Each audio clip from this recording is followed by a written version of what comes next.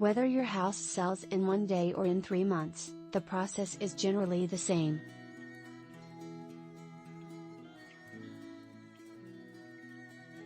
After the adrenaline rush of negotiating multiple offers, strategizing over closing and moving dates and forensic accounting to discover if the buyers have the financial capability of completing the transaction, there's the mountain of paperwork to be completed within a few days of the dust settling. The chief items in this mountain of paperwork are the seller disclosures, including the lengthy and detailed seller property questionnaire.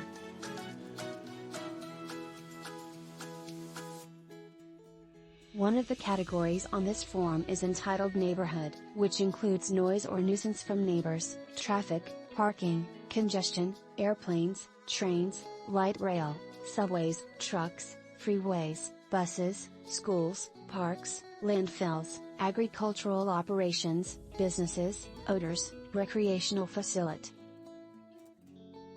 My understanding is that this list includes items past sellers neglected to mention, whether accidentally or intentionally, which has led to some contention between the parties. It is important sellers respond as honestly as possible to these disclosures. For example, during the recent Holy Gem fire, the path between the water sources and the fire led water dropping helicopters directly over my house. So, for 2 days, there was constant noise. This was certainly an isolated event, not anything that happens on a regular basis. Is this something I'd need to disclose when I sell my house?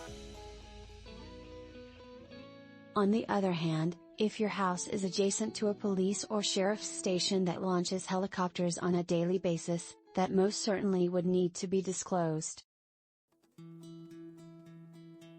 Do you have a friendly relationship with your neighbor, who often pokes his nose over your fence like the character Wilson on Home Improvement?